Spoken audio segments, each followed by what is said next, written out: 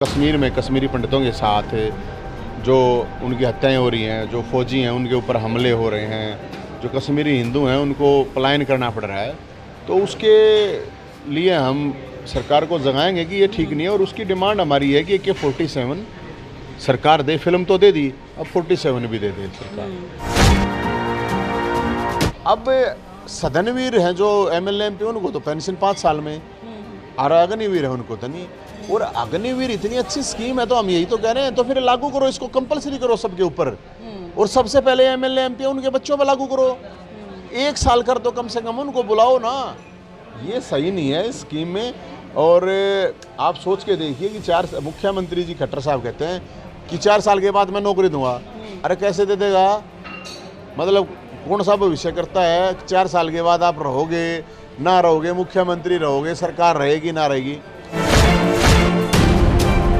सरकार और सिस्टम में डराते हैं, दबाते हैं। हम तो ना डरें और ना दबाएं। अब अपने हक के लिए तो अपना हलक में हाथ दे के ले लेंगे, हमने तो इसमें कोई प्रॉब्लम नहीं। क्या करेंगे? जेल में डाल देंगे, मुकदमे कर देंगे, और क्या कर सकें? जो करें, मतलब हमने उस चीज़ से कोई चिंता नहीं है। और हिंसा ही कोई बात है नहीं। हम बिल्कुल नेताजी सुभाष चंद्र बोस को मानने वाले, भगत सिंह को मानने वाले, चंद्रशेखर आज़ाद को मानने वाले लोग हैं। इसलिए अब भाई हमारा तो खून है लाल, तो लाल है, तो अगर अन्याय होगा तो खड़े।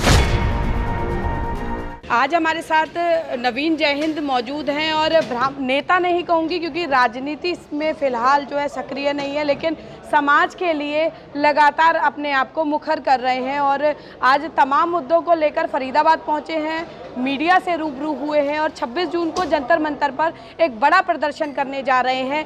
क्या वो आवाज़ होंगी, क्या वो मुद्दे होंगे जिन्हें लेकर सरकार के खिलाफ मुखर होंगे? आइए उनसे चर्चा करते हैं। नवीन जी, पंजाब केसरी टीवी में आपका स्वागत है।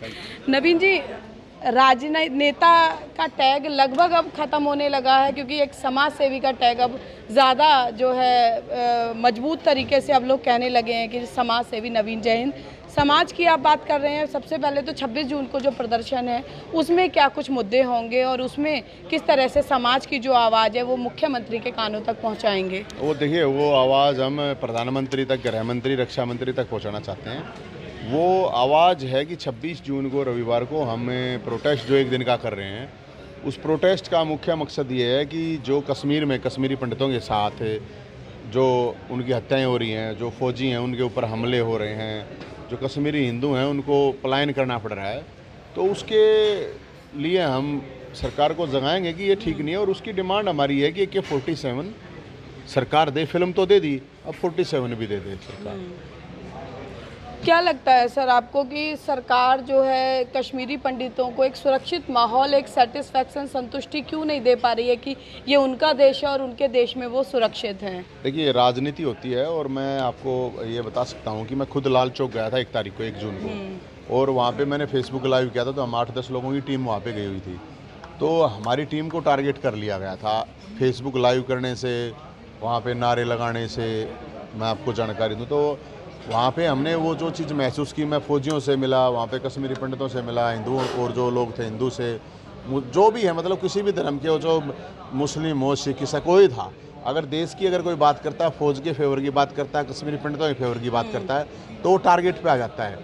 तो हमने वो चीज़ महसूस की और उन लोगों से बात की, तो करीब कश्मीर घाटी में अब करीब 5000 के आसपास बचे हुए हैं।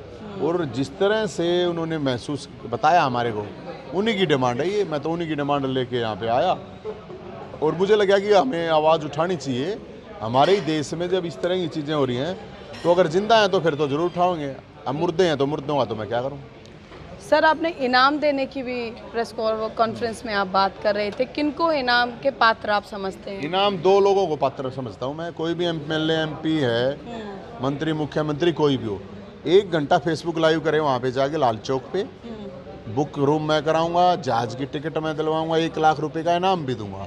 1 दिन फौजियों के साथ और 1 दिन कश्मीरी पंडितों के साथ रह के देखिए। वहाँ पे फौजियों का भी हौसला बढ़ेगा, उनको भी लगेगा हाँ अब घूमने तो सब जाते हैं गर्मियों में, कुल्लू मनाली, शिमला, मंसूरी, जो भी है, तो 2 दिन वहाँ पे गुजार लें।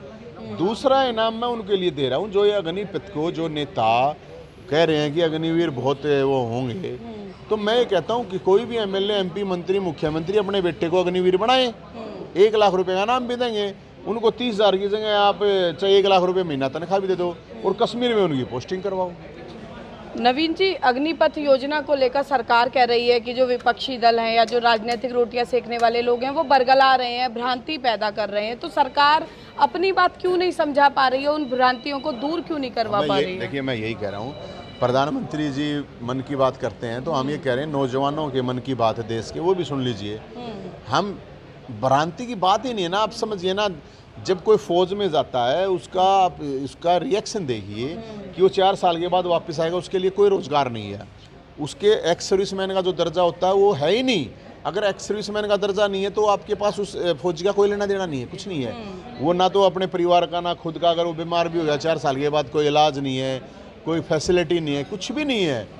अब सदनवीर हैं जो MLA MP, उनको तो पेंशन 5 साल में, और अग्निवीर है उनको तो नहीं। और अग्निवीर इतनी अच्छी स्कीम है तो हम यही तो कह रहे हैं, तो फिर लागू करो इसको, कंपलसरी करो सबके ऊपर, और सबसे पहले MLA MP उनके बच्चों पर लागू करो। 1 साल कर दो कम से कम, उनको बुलाओ ना। ये सही नहीं है इस स्कीम में। और आप सोच के देखिए कि मुख्यमंत्री जी खट्टर साहब कहते हैं कि 4 साल के बाद मैं नौकरी दूंगा। अरे कैसे दे देगा? मतलब कौन सा भविष्य करता है? 4 साल के बाद आप रहोगे ना रहोगे, मुख्यमंत्री रहोगे, सरकार रहेगी ना रहेगी। और अगर नौकरी देने का इतना हुआ है तो एक्स सर्विसमैन 25,000 हैं जिन्होंने अप्लाई कर रखा है। ये बड़ा मुद्दा है। कई एक्स सर्विसमैन में कहा भी है कि जब उन्हें ही नौकरी नहीं मिलती है तो नए नौजवानों को कैसे मिलेगी? तो मैं यही तो कह रहा हूँ, 5 लाख वैकेंसी खाली पड़ी है, 25 लाख बेरोजगार नौजवान धक्के खाते घूम रहे हैं, उनको दे देना नौकरी। अग्निवीरों को दूंगा मैं 4 साल के बाद।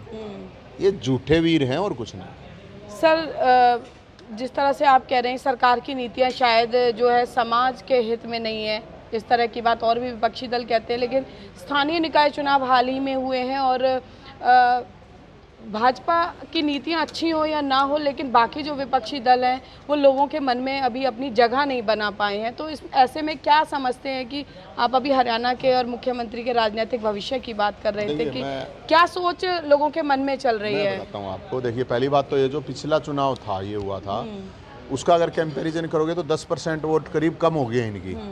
दूसरी जो ये कह रहे हैं ना आप लोग जो चला रहे हो ना, जीत गए लेकिन कुर्सी मिल गई तो वो कम मिले ज्यादा मिले वो उस पर ध्यान नहीं रहता। नहीं रहता, ठीक है, लेकिन मैं बता रहा हूँ ना, ध्यान दिला रहा हूँ कि जो पिछली बार इनके वोट मिले थे 10% कम मिले हैं। मुख्यमंत्री के करनाल में 4 जगह चुनाव थे, 1 सीट जीते, वो भी 30 वोट से, तीनों हार गए मुख्यमंत्री के गृह जिले से। तो इनको जो नुकसान हुआ वो तो दिखा नहीं रहा है ना, आप लोग दिखाते नहीं। इनको बहुत नुकसान हुआ इस चीज़ से भी। और दूसरी बात ये है, ये जो अग्निवीर वाला जो इशू है, ये गांव के लड़के हैं। फौज में गांव से ही ज़्यादा जाते हैं, शहरों से कम जाते हैं। हाँ, तो शहर से कम जाते हैं, तो हो सकता है उस चीज़ का इतना इम्पैक्ट ना पड़ा हो। लेकिन कोई चुनाव जीतने का मतलब ये तो नहीं है कि आपकी पॉलिसी सही है, इसका मतलब ये तो नहीं है जी। सर, रोहतक में आपने बोला कि लोग फरसा लेकर आए, आप यहाँ बोल रहे हैं कि जंतर मंतर पर कि कश्मीरी पंडितों को AK-47 दे दे, लेकिन जो बाकी दल हैं वो इस बात को इस तरह से प्रेजेंट करते हैं कि नवीन जयहिंद हिंसा का पाठ पढ़ा रहे हैं युवाओं को। मैंने तो कोई इंसाफ तक करी नहीं। अब हमारी कोई ज़मीन दाबेगा तो फरसा तो उठाओगे, क्यों नहीं उठाओगे? मुर्दे थोड़ी हैं कोई, उठाओगे बिल्कुल, जिसने जो करना कर लेगा। सरकार और सिस्टम डराते हैं, दबाते हैं, हम तो ना डरें और ना दबाएं।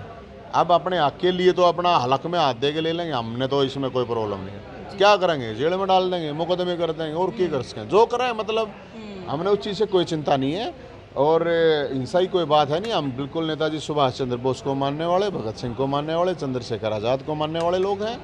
इसलिए अब भाई हमारा तो खून है लाल, तो लाल है तो अगर अन्याय होगा तो खड़े होंगे। और मैं तो सबको कहता हूँ, अब भाई जिसने जो कहनी कह लेगा। नवीन जी, हमारे माध्यम से क्या एक सरकार से अपील करना चाहेंगे, क्या लोगों से अपील करना चाहेंगे जो जिनका मन स्थिर नहीं रहता है, खासकर जब चुनावों की बात आती है या कहीं और बात आती है, तो जैसा क्योंकि आप राजनीतिक अनुभव भी रखते हैं और जनता की कहीं ना कहीं नब्ज भी, अब क्योंकि समाज सेवा में भी है, वो भी आपने नब्ज टटोली होगी, तो क्या कुछ लोगों से एक अपनी मन की बात, मोदी जी लगातार कहते हैं लेकिन नवीन जयहिंद के मन की बात लोगों तक अगर पहुंचानी हो तो क्या बात रहेगी? मैं तो लोगों को यही कहूँगा कि देखिए, जो सत्ता होती है, सरकार होती है, सरकार का काम होता है लोगों की समस्याओं का समाधान करना। और जो विपक्ष में होते हैं, सार्वजनिक जीवन में होते हैं, उनका काम होता है आवाज़ उठाना, संघर्ष करना। यही काफ़ी होता है। और मोदी जी से, प्रधानमंत्री जी से तो मैं कहूँगा मतलब बादशाह है सारियाना, मन की बात है। तो अब मन की बात जो नौजवान है पूरे देश में झंडा ठा रहे हैं, सड़कों पे हैं, उनकी भी मन की बात सुननी चाहिए ना जी। तो ये नवीन जयहिंद हमारे साथ ब्राह्मण नेता यहाँ पर मौजूद थे और सरकार से अपील की है कि मोदी, पीएम नरेंद्र मोदी मन की बात करते हैं, लेकिन जनता के मन की बात, नौजवानों के मन की बात को भी सुने और समाज सेवा की बात हो, चाहे कश्मीरी पंडितों की बात हो या फिर अग्निपथ योजना के तहत अग्निवीरों की बात हो, लगातार मुखर होते रहेंगे। और एक स्पष्ट चेतावनी दी है कि यदि किसी भी तरह से जनहित के मुद्दों पर अगर सरकार ने लोगों की तरफ ध्यान नहीं दिया तो वे लगातार अपने इस संघर्ष को अनवरत जारी रखेंगे और उसके परिणाम सरकार को निश्चित तौर पर भुगतने होंगे। फरीदाबाद से पूजा शर्मा, पंजाब केसरी टीवी। हमसे जुड़े रहने के लिए हमारे YouTube चैनल को सब्सक्राइब करें और नई वीडियो की नोटिफिकेशन के लिए बेल आइकॉन को दबाएं। अगर आप ये वीडियो Facebook पर देख रहे हैं तो लाइक जरूर करें और ज्यादा से ज्यादा शेयर करें। धन्यवाद।